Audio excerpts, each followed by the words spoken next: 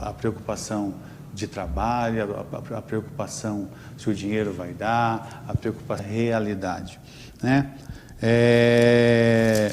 Lá em Deuteronômio 7:6, né, a palavra de Deus ela diz assim, ó: pois vocês são um povo santo para o Senhor, o seu Deus. O Senhor, o seu Deus, os escolheu dentre todos os povos da face da terra, para ser o seu povo, o tesouro pessoal.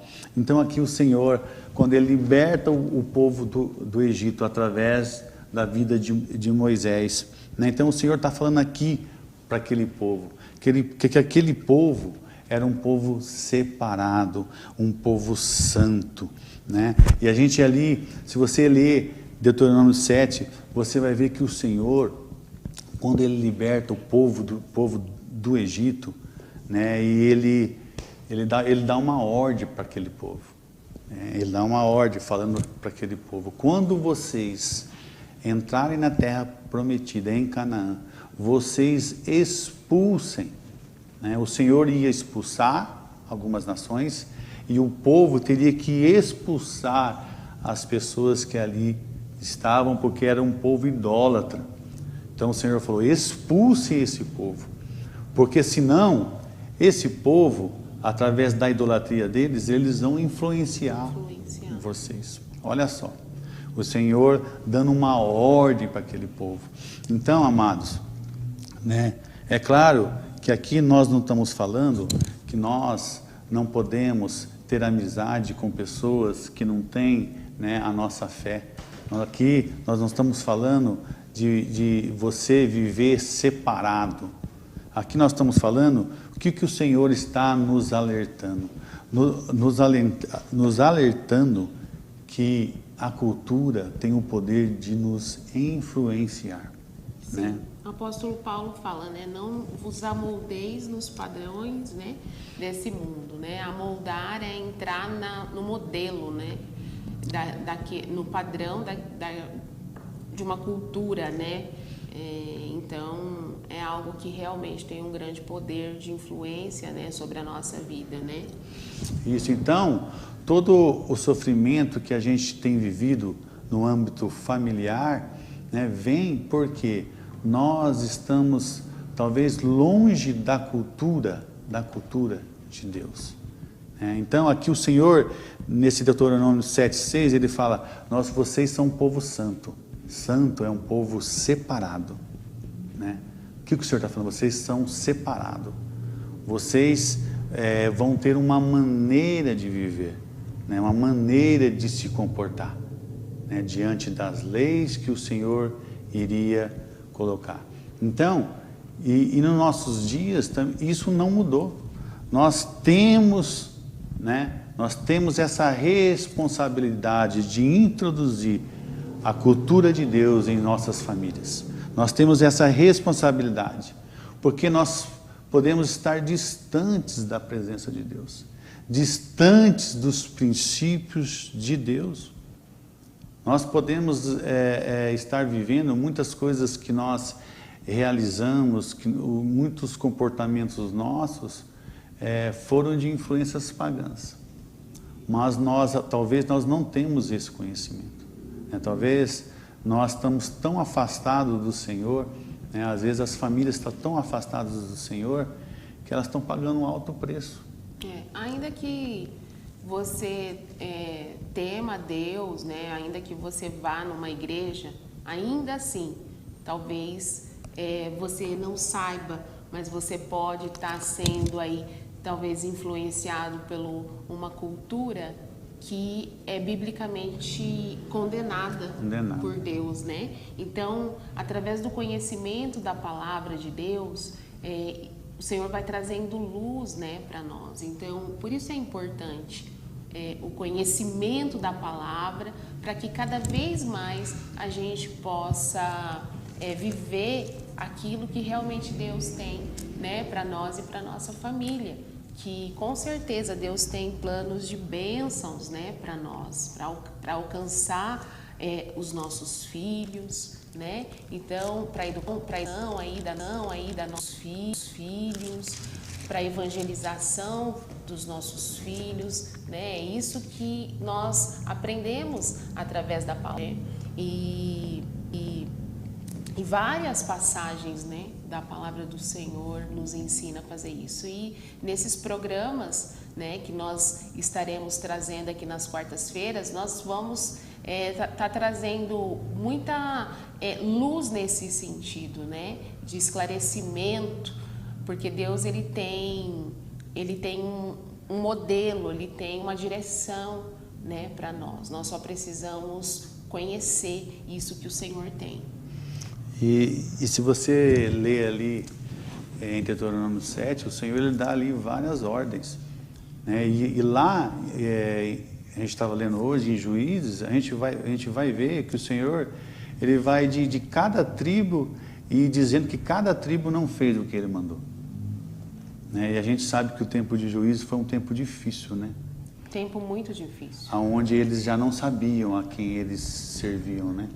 Estava tendo uma grande confusão, uma grande mistura, né, de cultural ali, né? Então eles já nem sabiam mais a quem servia, né? Já não sabia mais identificar a vontade de Deus ali no meio da nação, né? Então foi um tempo de muito sofrimento, né? Porque o pecado ele traz sofrimento. Não adianta, consequência, né? Ele vai trazer consequência e é consequência de sofrimento, né? E Deus, ele quer bênção para dentro da nossa casa. Então, eu creio que Deus quer falar isso aos nossos corações, trazer luz aos nossos corações para que a gente possa ter aí uma vida cada dia mais abençoada, mais próspera na presença de Deus. Na verdade, né, as leis de Deus, né, a palavra de Deus, ela é um gesto de amor de Deus. Com certeza. A palavra, ela vai nos proteger. A palavra, às vezes as pessoas acham pesada a palavra, mas a palavra, ela nos protege. Sim, a palavra nos protege assim como quando nós construímos, por exemplo, um muro na nossa casa, não é para proteger, né, a nossa casa ali de possível invasores, né? Então, a palavra de Deus, os conselhos de Deus, os mandamentos de Deus, a maneira do Senhor, ela nunca tem o intuito de nos barrar, de nada disso, mas de nos proteger, para que a gente não venha sofrer, né, consequências ainda maiores. E por isso que nós cremos na palavra e pregamos a palavra, e que nós venhamos voltar para os princípios de Deus, né? Por mais que às vezes você ouve assim, mas naquele tempo, né? Mas nós temos que saber que o caráter de Deus, ele não muda, né? Não muda. O caráter de Deus, ele não muda. A palavra, ela é atual. Amém? Então nós vamos falar do Salmo 128. Então nós cremos na palavra, que a palavra, ela é a nossa direção. E hoje nós vamos nesse salmo maravilhoso, Salmo 128, que ele vai falar no âmbito familiar. Sim, né? No âmbito familiar, as bênçãos de Deus para a família. As bênçãos de Deus para a família, né? Então você preste atenção, né? Compartilha essa live aí. Né? Tem bastante pessoas acompanhando aqui já. Ó. Glórias a Deus. O Henrique, sobrinho, Marta Silva, Geni Alves, Maria Koyama, Gislaine, Sandra Santana, Simone, Carmen Soares, Kimberly, Julie, várias pessoas acompanhando aqui nesse momento. Que Deus abençoe. Se você puder aí, compartilha, né? Se você quiser, peça aí o seu pedido de oração e no final nós estaremos fazendo esse momento de oração. Amém? Amém. Amados, Salmo 128, abra a tua palavra aí, vamos acompanhar, que Deus vai falar com você, Deus vai falar com a tua família, Deus vai falar com o esposo, com a esposa, com os filhos. Versículo 1: Como é feliz quem teme o Senhor, quem anda em seus caminhos. Olha só, como é feliz aquele que teme ao Senhor. Né, mas às vezes nós confundimos essa palavra temer, né? A gente fala medo, né? Porque na língua portuguesa tem essa conotação de medo, de né? medo. Então, a palavra temer, a gente fala, é aquele que tem medo de Deus? Não é, não é verdade? Não é isso. Né? A raiz da palavra no hebraico não é essa, né? A raiz da palavra hebraica, da palavra temer, é ire. E vem de lirote, que é ver. Olha que interessante, é ver. Então, como é feliz aquele que vê o Senhor. Como é feliz aquele que o salmista está querendo dizer aqui, como é feliz aquele que os teus olhos estão fitados em Deus. Né? Aquele que vive com os olhos em Deus. Que os seus olhos estão no Senhor. Olha que palavra linda. Né? Feliz é o homem. Né? Como feliz é o homem? Não, aqui está falando que feliz é aquele que tem, mas vamos ver que é o homem, né? Pelo contexto do Salmo, nós entendemos que é o homem, né? E como que os homens, né, os esposos, o chefe de família, ele procura ser feliz, né? Como essa palavra tão pequena e nós procuramos essa felicidade. Olha aqui, amados, né, o segredo. Feliz é aquele que teme. Feliz é aquele que tem o Senhor nos olhos. Né? Feliz é aquele que é o que ele fala, quem anda nos teus caminhos, né? Andar nos caminhos, né? Então, a felicidade, ela vem com o temer. Olha que interessante.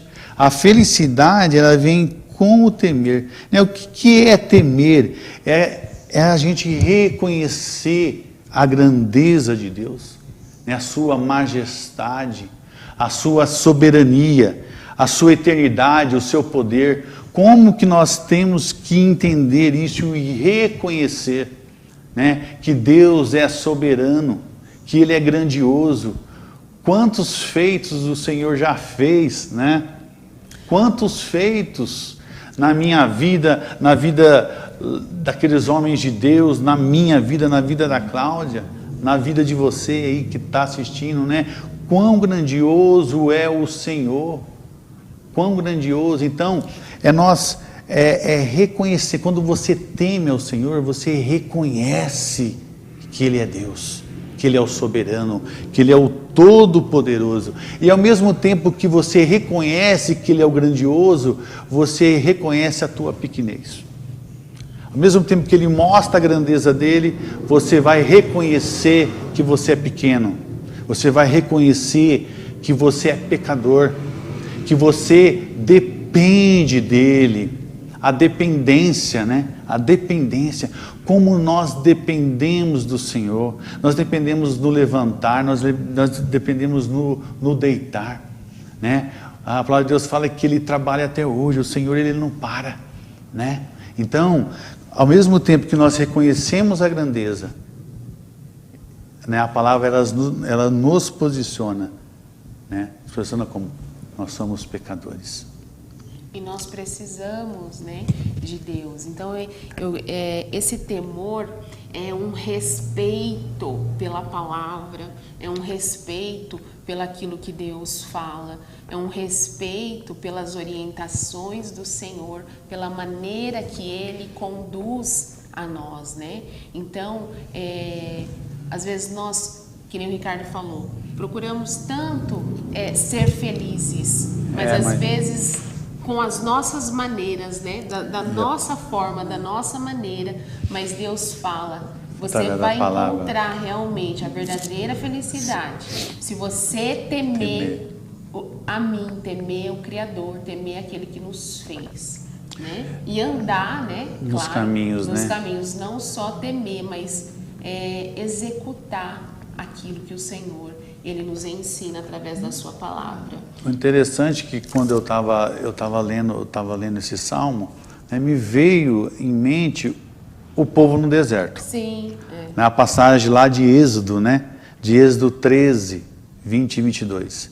Né, a coluna inclusive de nuvem. Eu quero até falar sobre isso também, um pouquinho a respeito desse temor, porque eu acho que isso é uma coisa que a gente tem dúvida, né? Mas será que eu temo a Deus? Será isso, né? Será isso? Como que é isso? Será que realmente eu tenho temido a Deus, né? E nós buscando, né, a respeito dessa palavra, o Senhor nos direcionou realmente a esse texto. E eu quero ler rapidamente um texto com vocês que está em Números, capítulo 9, versículo 15, que diz assim: no dia em que foi armado...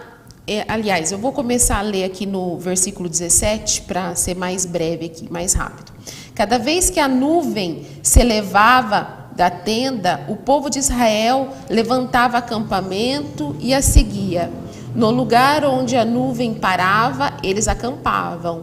Assim, viajavam e acampavam por ordem do Senhor, para onde ele os conduzia. Enquanto a nuvem estava sobre o tabernáculo, permaneciam acampados. Se a nuvem ficava sobre o tabernáculo por muito tempo, os israelitas permaneciam ali e cumpriam as suas obrigações com o Senhor. Às vezes a nuvem permanecia apenas alguns dias sobre o tabernáculo, de modo que o povo também ficava apenas alguns dias, conforme o Senhor ordenava. Então, por ordem do Senhor, levantavam o acampamento e seguiam viagem. Às vezes a nuvem parava apenas durante a noite e se levantava na manhã seguinte, dia ou noite. Porém, quando a nuvem se elevava, os israelitas levantavam o acampamento e seguiam a viagem. Se a nuvem permanecia no tabernáculo por 2 dias, 1 mês ou 1 ano, ficavam acampados e não seguiam a viagem. Olha só, essa palavra... ela remete muito ao homem que teme ao Senhor. Por quê? Porque nós entendemos através dessa passagem aqui de Números que os israelitas, quando estavam sendo conduzidos pelo Senhor no deserto, eles eram conduzidos através de uma coluna de nuvem, que era a própria presença de Deus. E quando a palavra de Deus, ela fala que quando esta coluna se estabelecia sobre o tabernáculo, sobre a tenda, os israelitas paravam e acampavam. Quando a coluna de nuvem se movia, eles desmontavam as suas tendas, desmontavam as suas tendas e seguia caminho. E a palavra vai falar que tinha vez que a coluna parava de noite e de dia já se movia. E outras vezes ela parava por 2 dias. E outras vezes ela parava por 1 mês. E outras vezes ela parava por 1 ano. Então, os israelitas, eles eram conduzidos por essa coluna de nuvem que representa a presença de Deus. Imagine só, a coluna de nuvem se movendo no meio da noite, você tendo que arrumar sua tenda e seguir caminho. Imagine só, no outro dia você está acostumado que a coluna de nuvem se move, ela não se move, ali ela fica 1 mês e você tem que ficar acampado 1 mês, porque a coluna de nuvem está ali sobre a tenda e não se moveu. Então, isso nos ensina o quê? Um homem e uma mulher que não anda por conta própria, mas que anda ele anda segundo aquilo que o Senhor vai ordenando. Então, um homem e uma mulher que teme a Deus, um homem e uma mulher que teme ao Senhor, ela tem que ser conduzida pelo Senhor. Você não pode viver por conta própria. Por isso que às vezes nós temos tantas decepções e frustrações nas nossas coisas e aí trazendo, né, para dentro da família. Por isso que às vezes nós temos tantas frustrações dentro da nossa família. Por quê? Porque às vezes nós queremos agir por conta própria no nosso casamento. Verdade. Aqui não, aqui é eu e meu marido, aqui nós resolvemos. Não, Deus, ele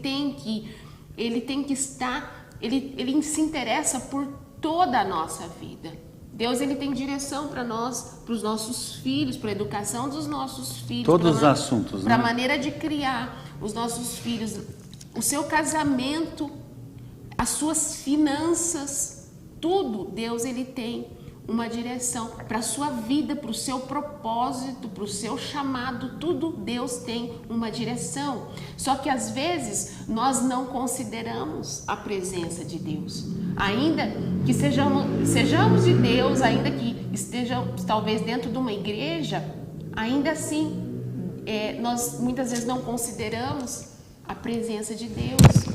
E o povo de Israel sendo conduzido pelo Senhor no deserto, fica claro para nós que quando a coluna de nuvem parava, eles paravam. A coluna de nuvem se levantava, se movia, eles arrumavam as suas tendas e seguiam caminho, seja lá a hora que for, o momento que for, eles seguiam. Por quê? Porque eles estavam ali sendo conduzidos pela presença de Deus. E não pode ser diferente na nossa vida, porque isso é temor, isso é levar em consideração aquilo que Deus está falando.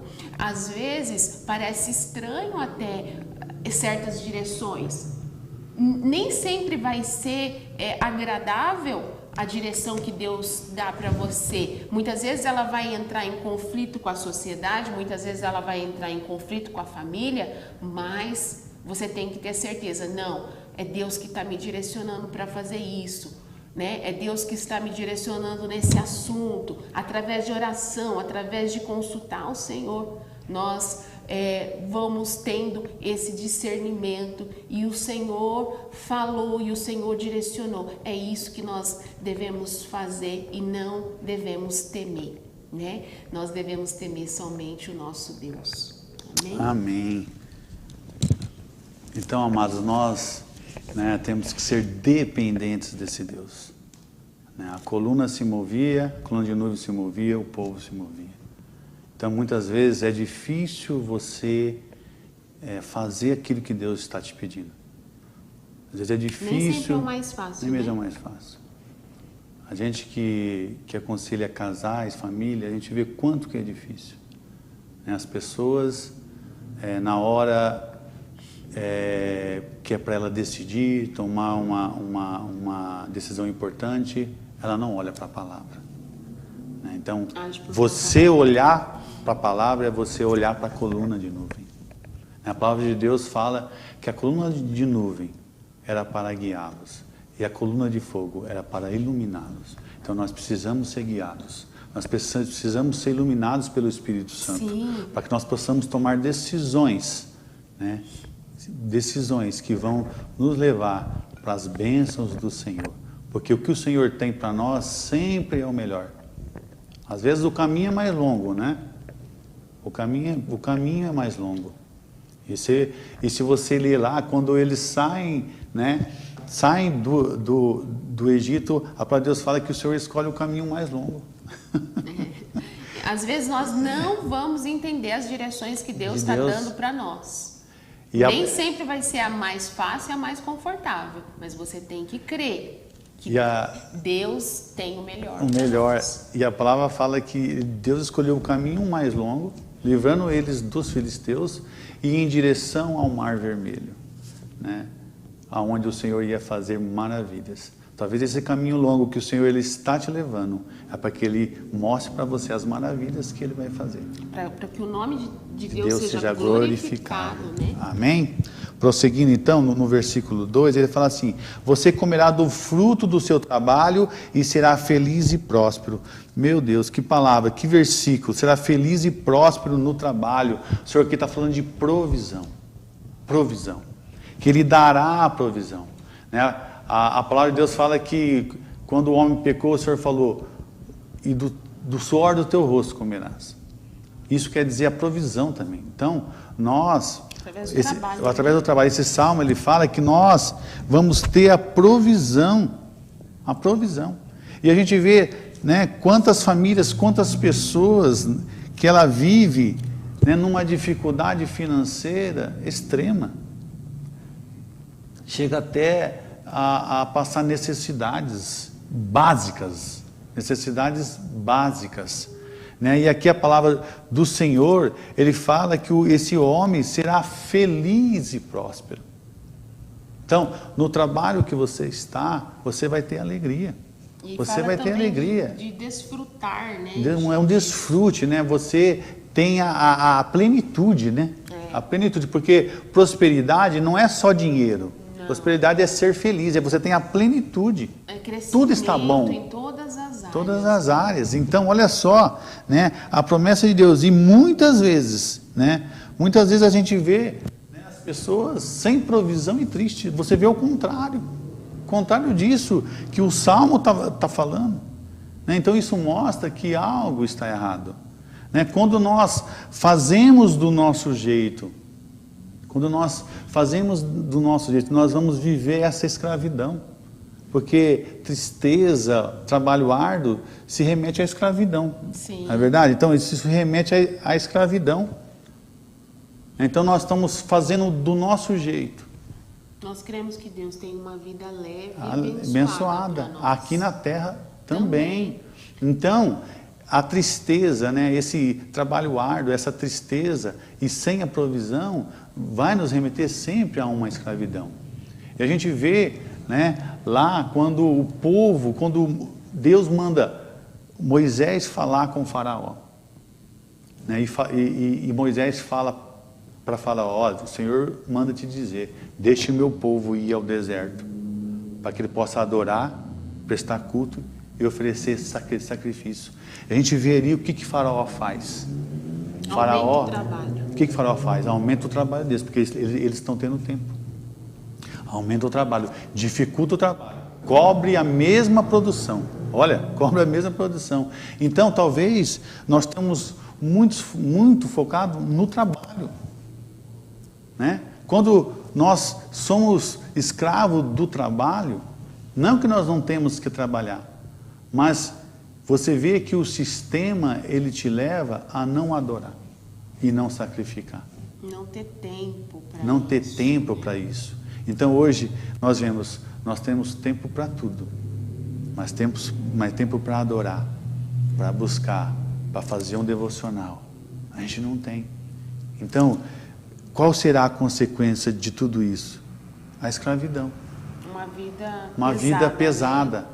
Uma vida com dificuldade, com necessidades básicas faltando, e o que fadigada. Falta? E por que o temor? Porque às vezes uma direção de Deus, muda a história. Uma palavra que o Senhor te dá, muda uma direção a história. Que Ele te dá, por mais que pareça mais difícil ou talvez até improvável, mas uma direção que Deus dá nessa situação transforma a realidade aí da sua vida. Mas às vezes a gente está tão ligado no automático, é verdade, né? Vivendo tanto por conta própria, e nós já não tememos mais a Deus e não conseguimos mais provar dessas bênçãos de Deus, né? Para a família, essas bênçãos do Salmo. É verdade. 128. Então, se você está vivendo esse cenário de escravidão, saia desse sistema. Comece a adorar o Senhor, comece a buscar o Senhor, comece a temer ao Senhor. Tudo começa pelo temor. Pelo temor. A palavra de Deus está falando isso, então eu vou fazer isso. Então, isso é um temor. A palavra está direcionando assim. Ah, mas o Salmo foi escrito. Gente, é a palavra de Deus. A palavra. É a palavra. O temor do Senhor é o princípio da sabedoria. Mas olha só, amados, olha uma boa notícia. Mas aqueles que temem ao Senhor, versículo 3, a sua mulher será como videira frutífera em sua casa. A sua mulher, ela será uma videira frutífera em sua casa. Né? Videira, ela será uma mulher fértil, né? Mulher de filhos. Né? Aquela época, né? A mulher que não dava filhos era vista como amaldiçoada, não é isso? A videira frutífera remete à bênção. A bênção, né? A mulher abençoada, né? Porque a videira, né? A videira é uma coisa boa, né? Uma coisa da onde vai vir o vinho, né? Como é bom, né? Ter a videira, essa mulher, né? E interessante que ela fala em casa, né? Em casa, né? Será como uma videira no seu lar. No seu lar. Como que nesses dias, né? Porque quando fala de uma árvore, fala de uma raiz, né? E como que nesses dias as mulheres têm saído de casa, né? E a palavra de Deus também fala em Provérbios 14, capítulo 1, que a mulher sábia, ela edifica o seu lar. e a tola destrói com as suas mãos.